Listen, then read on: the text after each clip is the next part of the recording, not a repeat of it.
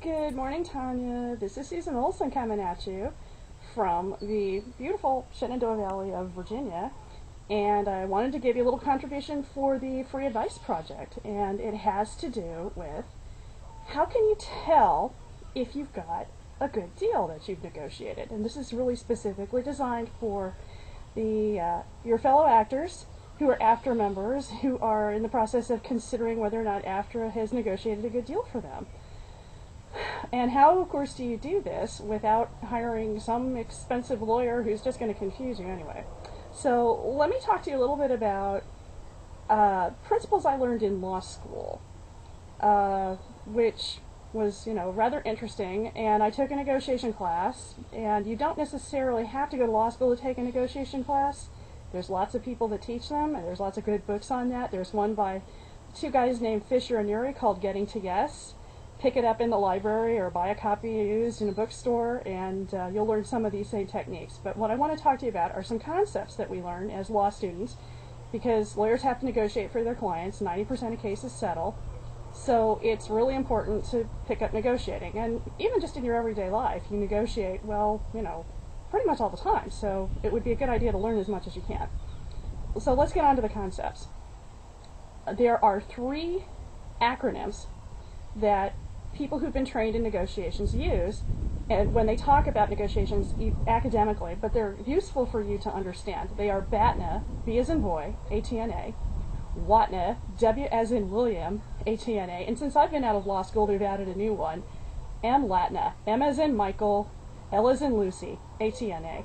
Those really just simply stand for your best alternative to a negotiated agreement, your worst alternative to a negotiated agreement, and your most likely alternative to a negotiated agreement. So, what you do when you're trying to figure out whether or not you have a good deal is you basically figure out what's your BATNA, what's your WATNA, what's your MLATNA. So, if you're an actor, your best alternative to a negotiated agreement is, let's see, this is a TV contract predominantly, so maybe I could go work commercials. Or maybe I could get a second job with a studio doing something else, but think positive. This is the kind of things you're going to be looking for. If you've saved up money, okay, maybe I've got a cushion, I can do certain things, but that's your BATNA. You want to look at it positively. And one of the things that could very well happen is SAG could get a better deal, so maybe it's worth holding out to see if SAG gets a better deal. Your WATNA, worst alternative. This is where you let your imagination run wild. Think nightmares. Like, worst thing could happen. You're homeless, you have to walk a picket line for 3 years. Go ahead, get it out of your system. Think as crazy as you possibly can. Write all this stuff down. It's the best way to kind of figure it out. Then you got to look at number 3, your MLATNA. From everything I've been reading, from everybody I've talked to, from everything I've thought about, here's where I think things are going. I have said it before, and I'll say it again. We're in the middle of a rolling de facto lockout. That sounds really impressive, but what that really means is just as we get closer to the contract expiration date, June 30th, it's as if this production that you're in is just rolling to a stop. So more and more and more things are shutting down, fewer and fewer opportunities are happening. And I think if you get to the magic date of June 30th without a deal, actually I think it might be a little later than this, it might really totally stop around July 9th, July 8th, when AFTRA's decision comes back, and you'll know what everybody else has said about the deal.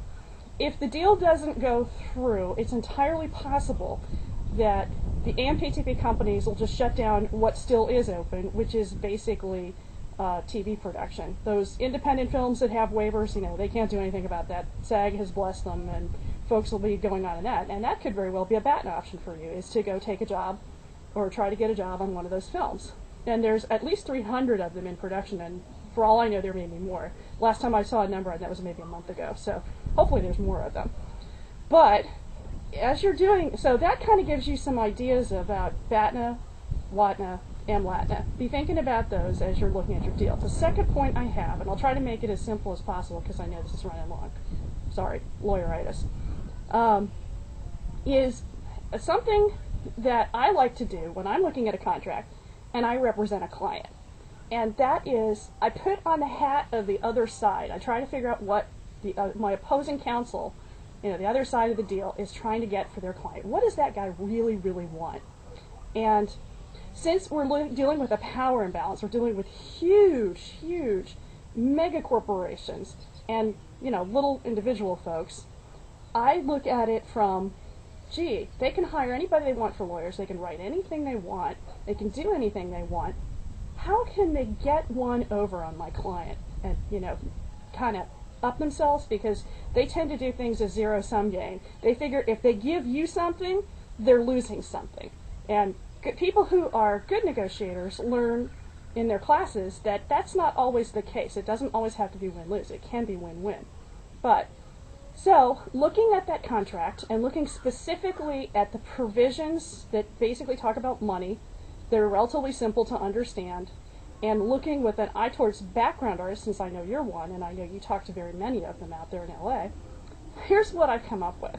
First of all, your minimums are going up. And that sounds really great, except when you look at the absolute numbers. For 2008, you can expect to see a $5 a day increase. For 2009, you can see another $4 a day increase on top of that. And for 2010, well, another $4 on top of that. So, not looking like really, really impressive numbers, huh? So, you kind of put that in the, well, this is the not so great column. But there's another contract provision. There's actually two, and they sort of conflict with one another. Now, actors have been telling background actors, especially background actors in Los Angeles, congratulations, we did it, we got you something. We have raised the required number of union actors from 19 to 20. Now, some of the original press said we've raised that up by 1. Now they're kind of sending some press out there that's calling it a 5% increase. Doesn't really matter, still doesn't sound super impressive, but here's the gotcha. Here's the trick that they're going to employ. And it has to do with totally made-for-new media productions. If you go through and you read those provisions, and I highly recommend doing that, they've got a relatively substantial deal summary online at AFTRA's website in their contract section. They've also are sending it out with your ballot. You will find that the actual required minimum number of union people working on a made-for-new media production is only 10. So they only need to hire 10 background union folks to do something for new media. So this idea that maybe it's 20, but it might actually be 10, that's a gotcha. You need to be paying attention to that. So, summing up, BATNA, WATNA, MLATNA, and think like the other side, which in this case is devious. So, that's my free advice. Have a great day, everybody. Take a quick look here at the beautiful Shenandoah Valley where I live. Enjoy your morning moment of zen, and I'll see ya.